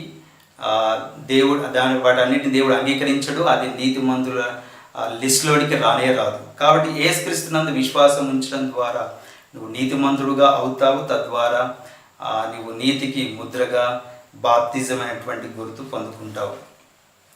మన బైబిల్ గ్రంథాలను చూసినట్లయితే మొట్టమొదటిసారిగా నీతిమంతుడైనటువంటి సాక్ష్యం పొందినటువంటి వ్యక్తి, అంటే రాయబడలేదు కానీ సాక్ష్యం పొందిన వ్యక్తి హేబేలు. మన కొత్త నిబంధనలో 3 సందర్భంలో చూడొచ్చు. మత్తయి సువార్త 23-35 వచనంలో యేసుక్రీస్తు వారు అంటారు కదా, హేబేలు, నీతిమంతుడైన హేబేలు రక్తము మొదలుకొని అని అక్కడ అంటారు. అప్పటికి ధర్మశాస్త్రం లేదు. కాబట్టి ఆయన ఏం చేశాడంటే, హేబేలు దేవుని నమ్మాడు, దేవుడు ఉన్నాడని నమ్మాడు, తన క్రియలు నీతిగా ఉండేటట్టు చూసుకున్నాడు. కాబట్టి తను అర్పించినప్పుడు దేవుడు అంగీకరించాడు. 1 జాన్ 3:12 చూసినట్లయితే కయీను క్రియలు చెడ్డవని, హేబేలు యొక్క క్రియలు నీతి గలవై ఉన్నాయని రాయబడింది. హెబ్రీ 11:4 అంటే మనం విశ్వాస వీరుల లిస్టులో చూసినట్లయితే హేబేలు గురించి స్పష్టంగా రాయబడింది. హెబ్రీలకు రాసిన పత్రిక 11వ అధ్యాయము 4వ వచనంలో చూసినట్లయితే, విశ్వాసమును బట్టి హేబేలు కయీను కంటే శ్రేష్టమైన బలి దేవునికి అర్పించును. దేవుడు అతని అర్పణ గురించి సాక్ష్యం ఇచ్చినప్పుడు అతడు ఆ విశ్వాసమును బట్టి నీతిమంతుడని సాక్ష్యం పొందాను. ఇక్కడ చూడండి, ఎంతో అద్భుతమైన మాట రాయబడింది. అర్పించిన అర్పణ గురించి దేవుడు సాక్ష్యం ఇచ్చినప్పుడు అతడు ఆ విశ్వాసమును బట్టి నీతిమంతుడని సాక్ష్యం పొందాడు. అంటే దేవుని దగ్గరికి తీసుకొచ్చినటువంటి ఆ అర్పణలో దేవుడు స్కాన్ చేసినప్పుడు అర్పణలో ఏముందంటే, దేవునికి ఏం కనబడిందంటే నీతి కనబడింది అక్కడ. అంటే ఏ విధంగా నీతి ఆయనకు అర్పింపబడింది ఆ నీతిమంతుడుగా అయ్యాడంటే కేవలం విశ్వాసం ఉంచడం ద్వారా. అంటే అర్పణలో మనం అర్థం చేసుకోవాల్సింది ఏంటంటే విశ్వాసం ఉంది. కాబట్టి దేవుని కొరకు నువ్వు చేసేటువంటి సమస్తమైనటువంటి కార్యాలు, క్రియలు అన్నిట్లలో, పద్ధతులన్నిట్లలో విశ్వాసంతో, దేవుని అందు విశ్వాసం ఉంచి యేసుక్రీస్తునందు విశ్వాసం ద్వారా నువ్వు చేస్తే అవి అన్నీ అంగీకరింపబడతాయి. అవి నీతిమంతుడు చేసేటివి అని మనం అర్థం చేసుకోవచ్చు. ఒకవేళ అది నేను చేస్తున్నాను నీ గొప్ప కొరకు, మహిమ కొరకు, అది చేస్తే నేను నీతిమంతుని అవుతాను, పరలోకానికి వెళ్తాను అనుకొని యేసుక్రీస్తునందు విశ్వాసం నందు నీతికి వేరుగా నీ స్వనీతితో నువ్వు చేస్తే దేవుడు దాన్ని అంగీకరించాడు. అది స్వనీతి అవుతుంది. అది దేవుని లెక్కలోనికి రానే రాదు. కాబట్టి దేవుని కొరకు మనం చేసేటువంటి మన పద్ధతులు, ఆచారాలు, వ్యవహారాలు ఏవైతే ఉన్నాయో, క్రిస్టియన్స్గా చెప్తూ క్రైస్తవ పద్ధతులు ఎన్నున్నా అవన్నీ కూడా దేవుని కొరకు చేసేటువంటి ప్రతి క్రియలలో దేవుడు స్కాన్ చేసినప్పుడు ఆ క్రియలో మనం చేసే యొక్క పనులు విశ్వాసం, యేసుక్రీస్తునందు విశ్వాసం ద్వారా నువ్వు చేస్తే అది దేవుడు అంగీకరిస్తాడు, లేకపోతే అంగీకరించాడు. సున్నతి గలవారేమో ఎలా అంగీకరింపబడ్డారంటే బై ఫేత్ ద్వారా నీతిమంతులుగా తీర్చబడ్డారు. సున్నతి లేని వారమైన మనము త్రూ ఫేత్ ద్వారా అంగీకరింపబడ్డాము. కాబట్టి ఇంకొక వ్యక్తి కూడా మనకు కనబడతాడు, నీతికి వారసుడు, లేకపోతే ప్రీచర్ ఆఫ్ రైటియస్నెస్, నీతిని బోధించినటువంటి నోబాహు తన తరంలో నిందారహితుడిగా, నిరపరాధిగా ఉన్నాడు, నీతిమంతుడిగా ఉన్నాడు. నీతిని బోధించినటువంటి నీతికి వారసుడిగా చెప్పబడ్డాడు. కాబట్టి హెబ్రీ 11వ అధ్యాయంలో 3 సందర్భంలో నీతి నీతి నీతి అని రాయబడుతుంది. నీతిమంతులు వారు గొప్ప కార్యాలు, నీతిని బట్టి గొప్ప కార్యాలు చేశారు, నీతి కార్యంలో జరిగించిరి, విశ్వాసంను బట్టి నీతి కార్యంలో జరిగించిరి అని రాయబడింది. కాబట్టి మన స్వనీతిని, మన సొంత క్రియలను పక్కన పెట్టేసేసి ఆయన యందు విశ్వాసం ఉంచడం ద్వారా నీతిమంతులుగా అవుతాని మనం అంగీకరించినట్లయితే మనం నిజంగా నీతిమంతులు అవుతాం. అలా కాకుండా నాకు యేసుక్రీస్తునందు విశ్వాసం అవసరం లేదు, నా సొంత పద్ధతులు, సొంత క్రియలు, సొంత ఆచారాలు చేసుకుంటాను, అవే గొప్పవి, అవి చేస్తే చాలు, నేను నీతిమంతుడు అనుకుంటే అది ఎంతో నష్టాన్ని తీసుకొస్తుందని మనం అర్థం చేసుకోవచ్చు. ప్రస్తుతం మనం కరోనా టైంలో ఉన్నాం. కరోనాను బట్టి మనం ఎన్నో జాగ్రత్తలు తీసుకుంటున్నాం, మాస్కులు కట్టుకుంటున్నాం, చేతులు కరోనా వైరస్ అంటకుండా ఎన్నోసార్లు శుభ్రం చేసుకుంటున్నాం, కట్టుకుంటున్నాం. బయట నుంచి వచ్చినా ఎంతో జాగ్రత్తగా ఉంటున్నాం, వస్తువులు, బట్టలు బయట పెట్టేస్తున్నాం, వాష్ చేసుకుంటున్నాం, క్లీన్గా ఉండటానికి ప్రయత్నం చేస్తున్నాం. ఎన్నో పద్ధతులు, బయటికి వెళ్తే సోషల్ డిస్టెన్స్, ఎన్నో మన స్కూళ్ళు, కాలేజీలు ఇవన్నీ బంద్ అయినాయి, మనకు అవన్నీ తెలుసు. ఎన్నో జాగ్రత్తలు మనం వహిస్తున్నాం, కరోనా అంటకుండా, కరోనా మన జోలికి రాకుండా, కరోనా బట్టి నశించిపోకుండా మనం జాగ్రత్త వహిస్తున్నాం. ఇప్పుడు వ్యాక్సిన్ వచ్చిందనుకోండి, ఈ వ్యాక్సిన్ వేసుకుంటే మీరు ఇంకా కరోనా రహితులు అవుతారు, కరోనా మిమ్మల్ని ఇంకా ఎఫెక్ట్ చేయదు, కరోనాకు గురి కారు. ఇంకా అవన్నీ పద్ధతులు పాటించిన అవసరం లేదు, అవన్నీ ఇంకా చేయని అవసరం లేదు, ఇంకా ఫ్రీగా మీరు కరోనా రహిత ప్రపంచంలోనికి వెళ్ళిపోవచ్చు, చాలా హ్యాపీగా ఉండొచ్చు అని వ్యాక్సిన్ తీసుకొస్తే మనం ఏం చేస్తాం? ఆ వ్యాక్సిన్ అందు నమ్మకం ఉంచి, విశ్వాసం ఉంచి ఆ వ్యాక్సిన్ వేసుకుంటాం. అప్పుడు తర్వాత ఇంక ఏ పద్ధతులు మనం పాటించకుండా, ఇవన్నీ చేయకుండా, వీటన్నిటి నుంచి మనం విముక్తులమై చక్కగా కరోనా రహిత ప్రపంచంలో చక్కగా ఆనందంతో, సంతోషంతో ఉండగలుగుతాం. అలా కాకుండా నాకు ఆ వ్యాక్సిన్ అవసరం లేదు, నేను దాన్ని నమ్మను, నాకు అవసరం లేదు, ఇవన్నీ పాటిస్తాను, ఇవన్నీ పాటిస్తూనే నేను కరోనా అంటకుండా చూసుకుంటాను, కరోనా రహితునిగా ఉంటాను అనుకుంటే అది మూర్ఖత్వం అవుతుంది. ఎప్పుడో కరోనా కాటు వేస్తుంది, చివరికి కటిక చీకట్లోనికి వెళ్తాడు. అంటే అన్ని పద్ధతులు పాటించినా ఏదో ఒక రోజు కరోనా రానే వస్తుంది, నశించిపోతాడు. కాబట్టి సొంత కార్యాల ద్వారా చేసుకుంటూ పోతా ఉంటే దేవుడు ఒకానొక రోజున వస్తాడు. ఆ కార్యాలను బట్టి ఎక్కడికి వెళ్తాడు అంటే అతను నిత్య నరకాగ్నిలోనికి వెళ్ళిపోతాడు. ఎందుకంటే తన సొంత నీతి కాబట్టి. యేసుక్రీస్తునందు విశ్వాసం ఉంచితే, విశ్వాసం ఉంచిన వాడు పాప రహితుడవుతాడు. ఎందుకంటే యేసుక్రీస్తునందు విశ్వాసం ఉంచాడు కాబట్టి, పాపాన్ని ఒప్పుకున్నాడు కాబట్టి, క్షమాపణ పొందుకున్నాడు కాబట్టి నిత్య రాజ్యంలోనికి వెళ్తాడు. అలా కాకుండా యేసుక్రీస్తునందు విశ్వాసం ఉంచకపోతే కరోనా ఎట్లయితే కాటు వేసి చంపేస్తుందో, ఈ యొక్క పాపము, స్వనీతి ఏదైనా ఒక రోజు కాటు వేసి చంపేస్తుంది, నిత్య నరకానికి వెళ్ళిపోతున్నాడు. కాబట్టి దేవుడి ఉచితంగా ఇచ్చినటువంటి కృపను, దేవుడి ఉచితంగా ఇచ్చినటువంటి యొక్క ధన్యతను మనం ఎందుకు మిస్ చేసుకోవాలి? కేవలం ఆయన విశ్వాసం ఉంచడం ద్వారా దీన్ని మనం పొందుకోగలుగుతాము. కాబట్టి నా ప్రియమైన సహోదరులారా మీరు గుర్తించండి, మీరు మీ సొంత నీతి మీద, ఇంకా మీ పద్ధతుల మీద, ఆచారాల మీద, వాటన్నిటికీ క్రైస్తవులుగా మీరు చేస్తున్న పద్ధతులు వాటి మీద కాకుండా నీ హృదయం ఎలా ఉందో చూసుకో. నువ్వు నిజంగా యేసుక్రీస్తునందు విశ్వాసం ఉంచావా? నీ సొంత నీతి కొరకు, మహిమ కొరకు చేస్తున్నావా? లేకపోతే యేసుక్రీస్తునందు విశ్వాసం ద్వారా చేస్తున్నావా? అలా చేస్తూ నువ్వు ధన్యుడు, లేకపోతే ఎంతో నష్టానికి గురి చేసుకుంటావు. ఒకవేళ సొంత నీతి ద్వారా పరలోకం వెళ్తే ఇంకా పరలోకంలో ఎవరి డబ్బాలు వాడు కొట్టుకుంటాడు, ఎవరి కాలర్ వాళ్ళు ఎగరవేసుకుంటాడు, మిసాలు తిప్పుకుంటాడు. ఎందుకంటే నేను ఈ నీతి కార్యం, ఆ నీతి కార్యం, ఇది చేశాను, అది చేశాను కాబట్టి నేను పరలోకం రాజ్యాన్ని వచ్చాడు అనుకుంటాడు. అక్కడ దేవుని యొక్క నీతికి కానీ, దేవుని యొక్క మహిమకు కానీ, దేవుని యొక్క గ్లోరీకి కానీ, దేవుని యొక్క గొప్పతనానికి కానీ స్థానమే ఉండదు.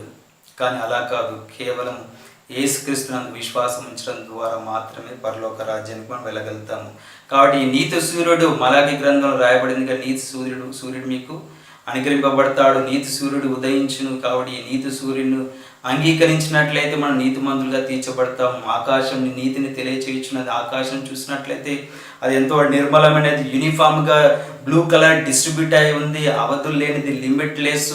అమెరికాలో ఏ దేశంలో చూసినా, ఆకాశం చూసినా బ్లూ కలర్ కనబడుతుంది, ఒక దగ్గర ఎక్కువ తక్కువ ఉండదు. దేవుని యొక్క నీతి అలాంటిది, అది లిమిట్లెస్, శాశ్వతమైన నీతి గలవాడు, నీతిమంతుడు మన దేవుడు.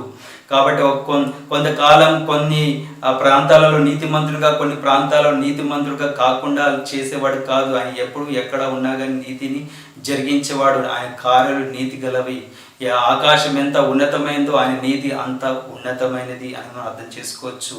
కాబట్టి సూర్యుడు లోని విబ్జార్లోని బ్లూ కలర్ ఎప్పుడైతే స్కాటర్ అవుతుందో ఆకాశంలో ఆ మొత్తం మనకు బ్లూ కలర్ కనబడుతుంది. ఒకవేళ సూర్యుడే లేకపోతే ఆకాశం అంతా చీకటే. అదేవిధంగా ఎవరైతే యేసుక్రీస్తును అంగీకరించినట్లయితే, నీతి సూర్యుడిని అంగీకరించినట్లయితే మనలో ఉన్నటువంటి స్వనీతి, దుర్నీతి, పాపం అంతా విచ్ఛిన్నమైపోయి దేవుడు తన నీతి ద్వారా కప్పుతాడు. ఆకాశం ఏ విధంగా అయితే బ్లూ కలర్ ద్వారా యూనిఫామ్గా డిస్ట్రిబ్యూట్ అయి ఉందో, మనల్ని దేవుడు తన నీతి వస్త్రం ద్వారా నీతితో మనం నింపుతాడు, కప్పుతాడు అనేది ఎంతో సత్యము. నీతి సూర్యుడే లేకపోతే, నీతి సూర్యుడిని అంగీకరించకపోతే నీ యొక్క జీవితం అంతా చీకటే, చివరికి కటిక చీకటిలోనికి వెళ్ళిపోతావు. ఎవడైనా అనుకుంటాడా నేను ఆకాశాన్ని బ్లూ కలర్తో నింపేస్తాను, బ్లూ కలర్తో నేను చేసేస్తాను అనుకుంటాడా? ఇంపాసిబుల్, చేయలేడు. ఒక వ్యక్తి కూడా తన సొంత నీతి ద్వారా నేను దేవుని నీతికి ఈక్వల్ అవుతాను, నా నీతి ద్వారా నేను పరలోకం వెళ్తాను, నా నీతి గొప్పది అనుకొని నీతి ద్వారా నేను నింపుకుంటానంటే ఆ నీతి దేవుని నీతికి ఎప్పుడూ ఈక్వల్ కాదు. అది సొంత నీతి, అది ఈక్వల్ కానే కాదు. కాబట్టి నా ప్రియమైన సహోదరి, సహోదరుడా, కేవలం యేసుక్రీస్తును, ఆ నీతి సూర్యుని నువ్వు అంగీకరిస్తే నీ జీవితం అంతా నీతిమయమవుతుంది. యేసుక్రీస్తు వారు అంటారు కదా, మీ యొక్క నీతి పరిసయ్యుల, సద్దుకైల నీతి కంటే అధికం కాని ఎడల మీరు పరలోక రాజ్యంలో ప్రవేశించరు. ఎందుకంటే వారిలో ఉన్నది సొంత నీతితో ఉన్నారు. మనకైతే యేసుక్రీస్తునందు విశ్వాసం ఉంచిన వారు మనం నీతితో మనం కప్పుకోము, కానీ యేసుక్రీస్తు వారు తన నీతి వస్త్రము మనకు కప్పి నీతిమంతుడా అని పిలుస్తాడు. నీతిమంతుల లిస్టులో మనం చేర్చబడతాము. పరలోక రాజ్యంలో కూడా నీతిమంతులుగా యుగాలు ఆయన సన్నిధిలో, ఆయన ఎదుట నీతిమంతులుగా మనము నిలబడతాము. ఈ పరిసయ్యులు, సద్దుకైలు స్వనీతి అనేటువంటి వస్త్రాన్ని వారు కప్పుకున్నారు, కానీ మనము యేసుక్రీస్తునందు విశ్వాసం ఉంచడం ద్వారా యేసుక్రీస్తు తన నీతి వస్త్రమును మన మీద కప్పాడు. కాబట్టి దేవుడు ఎంత గొప్పవాడో చూడండి. జాన్ క్యాల్విన్ కూడా అదే అంటాడు, తనకు తానుగా నీతిమంతులుగా తీర్చుకోలేను అని అర్థం కానంత వరకు యేసుక్రీస్తు యొక్క వస్త్రము చేత కప్పబడడు. ఎప్పుడైతే నా నీతి ద్వారా నేను నీతిమంతుని కాలేను, నా స్వనీతి ద్వారా నేను దేవుని నీతికి నీతిమంతుని కాలేని ఎప్పుడైతే అర్థమవుతుందో అప్పుడు తను దేవుని దగ్గరికి వస్తాడు. దేవుడు తన నీతి ద్వారా కప్పుతాడు. అంతవరకు తన స్వనీతి అనేది తనను నాశనం చేస్తుంది. స్వనీతి గురించి మన అన్న ఎంతో చక్కగా ఈ మధ్యకాలంలో మాట్లాడారు. స్వనీతి పరులు ఎలా ఉంటారు, 5 లక్షణాల గురించి మాట్లాడు. దెమ్సెల్వ్స్ సిన్లెస్, మాలో పాపం లేదని వాళ్ళు అనుకుంటారు. బాటంలెస్ కప్ లాంటిది, ఎంత పోస్తున్నా కింది నుంచే పోతుంది కానీ అది నిండదు. కానీ యేసుక్రీస్తు వారు షీల్డ్ చేస్తారు, కప్పేస్తారు, నింపుతారు మనల్ని. అంతేకాకుండా వీరందరూ గుడ్డితనంలో ఉంటారు. రెండవదిగా డు నాట్ ఫీల్ గిల్టీ, దోషారోపణ గురికారు. అంటే మేము ఎలాంటి వారి దృష్టికి వారు దోషులుగా అనుకోరన్నట్టు. మేము పాపం లేని వారు పవిత్రం అనుకుంటారు. అంతేకాకుండా వర్తి అనుకుంటాడు. దేవుడే మాకు అన్ని చేస్తాడు, మేము దేవుడు చేయడానికి మేము అర్హులము. పర్సడు సుంకరి ప్రార్థన చేసిన విషయంలో సుంకరిలాగా నేను గొప్పవని అనుకుంటాడు. నేనే బుద్ధిమంతుని అనుకుంటాడు. నేనే దేవుని దృష్టిలో నీతిమంతుడు అనుకుంటాడు. కాబట్టి వీళ్ళు కూడా వర్తి అనుకుంటారు. దేవుడు అన్నీ మాకు బ్లెస్సింగ్స్ ఇవ్వడానికి మేము అర్హులమని వీళ్ళు అనుకుంటారు. Self righteous people are deceived. వాళ్ళు మోసగింపబడ్డారు. మేము ప్రార్థన అంటే మేము పశ్చాత్తాపడిన అవసరం లేదు, మేము కడుక్కోని అవసరం లేదు, మేము నీతిమంతులమని అనుకుంటారు. అంటే పుట్టుకతోనే క్రైస్తవులము అనుకుంటారు. కానీ నిజంగా బార్న్ అగైన్ క్రిస్టియన్స్గా మరలా తిరిగి జన్మించిన వారుగా ఉంటేనే వారు నీతిమంతులుగా అవుతారు. పుట్టుకతో క్రైస్తవులైన వారు క్రైస్తవులు కారు, నిజమైన క్రైస్తవులు కాదు, నీతిమంతులు కాదు. వీరందరూ టోటల్లీ సపరేటెడ్ ఫ్రమ్ క్రైస్ట్. దేవుని నుంచి పూర్తిగా పక్కకు తొలగిన వారు, యేసుక్రీస్తును అంగీకరించిన వారు.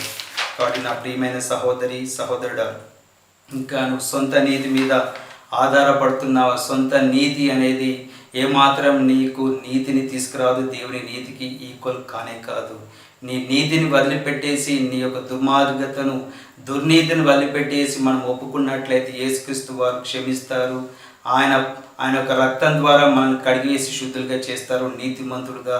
నీతి అనేటువంటి యెషయా 61:10 చెప్పబడినట్టుగా నీతి అనేటువంటి పైబట్టను మన మీద ఆయన కప్పుతారు, వేస్తారు. కాబట్టి నువ్వు యేసుక్రీస్తు అనేటువంటి నీతిని నువ్వు ధరించుకున్నట్లయితే నిజంగా నువ్వు నీతిమంతుడవు.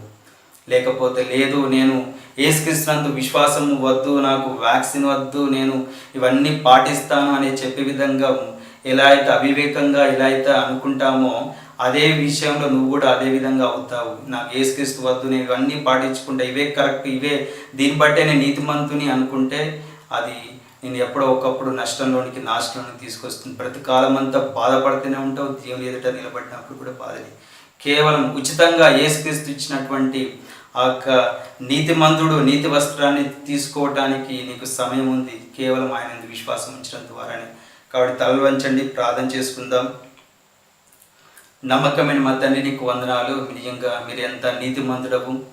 మీరు ఈ లోకంలో జీవించిన జీవన విధానం చూసినప్పుడు, మిమ్మల్ని గురించి నాయన మీ వాక్యంలో మేము ధ్యానించినప్పుడు మీరు ఎంత గొప్ప నీతిమంతుడవో, మీ యొక్క సమస్త కార్యాలన్నిటి విషయంలో, మీ యొక్క ఆలోచన అన్నిటి విషయంలో, పరలోకంలో మీరు మీ స్థానము, మీ యొక్క ఆ రాజ్యము తండ్రి అవన్నిటి జ్ఞాపం చేసుకున్నప్పుడు నిజంగా నాయన మీరు ఎంతో గొప్ప నీతిమంతుడవు. మీ నీతికి మేము ఏమాత్రము సాటి అయిన వారం కానే కాము. కేవలం యేసుక్రీస్తును మాకు అనుగ్రహించడం ద్వారా, ఆయన మా పాపముల కొరకు చనిపోవడం ద్వారా, ఆ నీతిమంతుడు నలగొట్టబడడం ద్వారా మమ్మల్ని ఉచితంగా నీతిమంతులుగా చేశారు. నీతిమంతుల లిస్టులో మమ్మల్ని చేర్చారు, ఉచితంగా నీతిమంతులుగా చేశారు. మేము ఎలాంటి క్రియలు కార్యములు ఎలాంటి మేము మత ఆచారాలు చేయకుండానే ఉచితంగా నీతిమంతులుగా చేశారు. ఎంత ధన్యకరమైన జీవితము నాయన తండ్రి. స్వనీతితో నాయన పాపపు రుచితో జీవిస్తున్నటువంటి మమ్మల్ని మా కన్నులను తెలిసి నీతిమంతులుగా తీర్చారు, నీతి వస్త్రాన్ని మాకు ఇచ్చారు.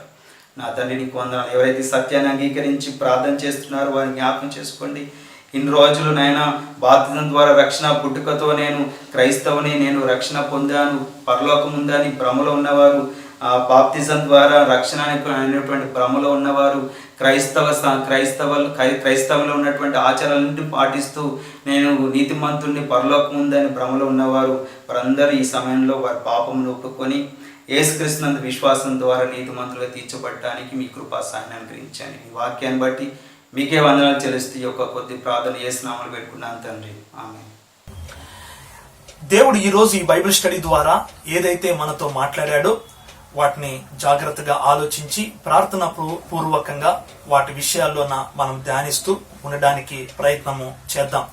దేవుడు ఆ మాటల ద్వారా మన ఆధ్యాత్మికమైన మేలుల విషయంలో సహాయం చేయలాగున నేను కోరుతా ఉన్నాను.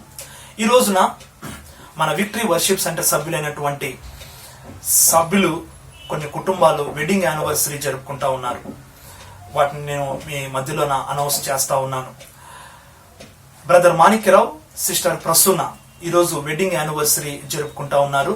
Happy wedding anniversary brother Manikyarao and sister Prasuna. అలానే brother Suresh and sister Sirisha కూడా ఈరోజు వెడ్డింగ్ యానివర్సరీ జరుపుకుంటా ఉన్నారు. Happy wedding anniversary brother Suresh and sister Sirisha. ఈ రోజున సిస్టర్ దేవమ్మ బర్త్డే జరుపుకుంటా ఉంది. సిస్టర్ దేవమ్మని దేవుడు దీవించలాగున. అలానే happy wedding anniversary to brother Manikyarao and sister Prasuna. అలానే brother Suresh and sister Sirisha.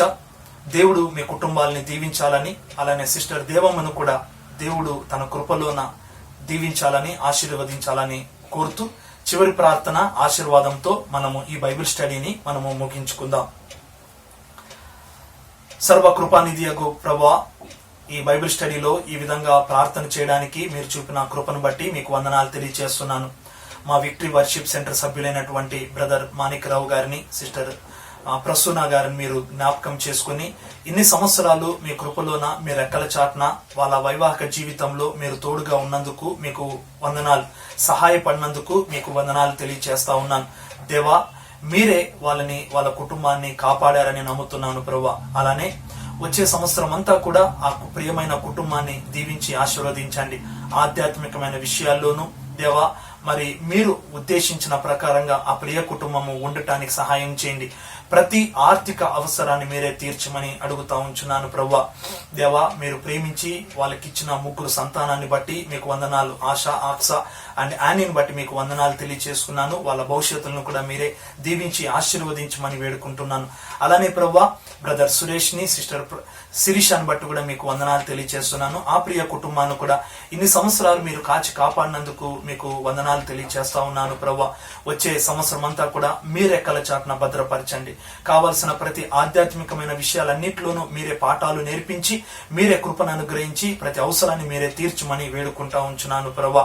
దేవా, మీరు వాళ్ళని ప్రేమించి ఇచ్చినటువంటి దేవా సంతానాన్ని బట్టి కూడా మీకు వందనాలు. ఆ ప్రియ బిడ్డలను కూడా మీరే దీవించి ఆశీర్వదించమని వేడుకుంటా ఉంచున్నాను ప్రభువా. ఈ 2 కుటుంబాలని ప్రభువా మీ చేతులకి అప్పగించుకుంటున్నాను. దేవా, సంఘంలోను సమాజంలోను ఒక మంచి మాదిరికరమైన కుటుంబముగా దేవా ఎంతో మందికి మేలుకరంగా దేవా ఉండటానికి మీరే సహాయం చేయమని మరొకసారి మిమ్మల్ని వేడుకుంటా ఉంచున్నాను ప్రభువా. మీ సన్నిధి, మీ తోడు, మీ కృప వాళ్ళని అనుగ్రహించమని అడుగుతా ఉంచున్నాను. అలానే ప్రభువా, సిస్టర్ దేవమ్మను కూడా ఇన్ని సంవత్సరాలు మీరు కాచి కాపాడి మరొక జన్మదినోత్సవాన్ని మీరు అనుగ్రహించినందుకు మీకు వందనాలు తెలియజేస్తున్నాను. వచ్చే సంవత్సరం అంతా కూడా మీ కృపలోన జ్ఞాపకం చేసుకోండి. మీరే ప్రతి అవసరాన్ని మీరే తీర్చమని అడుగుతా ఉంచున్నాను. ఒక మంచి భార్యగా, ఒక మంచి తల్లిగా ఉండటానికి మీరే సహాయం చేయండి. అలానే ప్రభువా, మీరు ఆశించిన రీతిలో కుటుంబాన్ని చక్కగా నడిపించడానికి, పిల్లల్ని దైవికమైన విధానంలో పెంచడానికి కావలసిన జ్ఞానాన్ని, దేవ కృపను, దేవ మీ శక్తిని, బలాన్ని అనుగ్రహించమని వేడుకుంటా ఉంచున్నాను. మీ సన్నిధి, మీ తోడు దేవ ఈ ప్రియ కుటుంబాలకి మీరే అనుగ్రహించి నడిపించమని సహాయం చేయమని అడుగుతా ఉంచున్నాను. అలానే మా సంఘ సభ్యులందరినీ జ్ఞాపకం చేసుకోండి ప్రభువా. ఎవరైతే ఆర్థికంగా ఆ సమస్యల్లో ఉన్నారో మీరే జ్ఞాపకం చేసుకోండి. వాళ్ళ ప్రతి అవసరాన్ని మీరే తీర్చమని అడుగుతా ఉంచున్నాను. ఎవరైతే అనారోగ్యంగా ఉంటున్నారో వాళ్ళని జ్ఞాపకం చేసుకుని దేవా మీరే మంచి ఆరోగ్యాన్ని వాళ్ళకి దయచేయమని వేడుకుంటా ఉంచున్నాను. అలానే ప్రభువా, మా సంఘాన్ని అంతటిని మీ చేతులకు అప్పగించుకుంటా ఉన్నాను. వచ్చే ఆదివారం రోజున భౌతికంగా మేము కూడుకుంటుండగా మీ కృప కలిగిన హస్తాలు మా పైన ఉంచి నడిపించి సహాయం చేయమని, ఆ రూల్స్ అండ్ రెగ్యులేషన్ ప్రకారంగా మేమందరము ఫాలో అవ్వడానికి మీరే సహాయం చేయమని వేడుకుంటా ఉంచున్నాను. మీ సన్నిధి, మీ తోడు, మీ కృప మా సంఘానికి, మా సంఘ సభ్యుల పైన ఇప్పుడు ఎల్లప్పుడూ ఉంచమని వేడుకుంటా ఉంచున్నాను. దేవా, మీ కృపను అనుగ్రహించి మా ప్రార్థన ఆలకించమని సర్వోన్నతుడైన యేసు నామములో ఈ ప్రార్థన అడుగుతున్నాను తండ్రి, ఆమెన్. ఆశీర్వాదము. మన ప్రభు అయిన యేసు క్రీస్తు కృప, మన తండ్రి అయిన దేవుని ప్రేమ, పరిశుద్ధాత్మ సహవాసము ఎవరైతే ఆన్లైన్ ద్వారా బైబిల్ స్టడీని వీక్షించారో వాళ్ళందరికీను, అలానే ఈ రోజున వెడ్డింగ్ యానివర్సరీ జరుపుకుంటున్నటువంటి బ్రదర్ మాణిక్యరావు కుటుంబానికిను, అలానే బ్రదర్ సురేష్ కుటుంబానికిను, జన్మదినోత్సవాన్ని జరుపుకుంటున్నటువంటి సిస్టర్ దేవమ్మకును, మా సంఘ సభ్యులందరికీను ఇప్పుడు ఎల్లప్పుడూ సదాకాలము తోడై ఉండును గాక. ఆమెన్.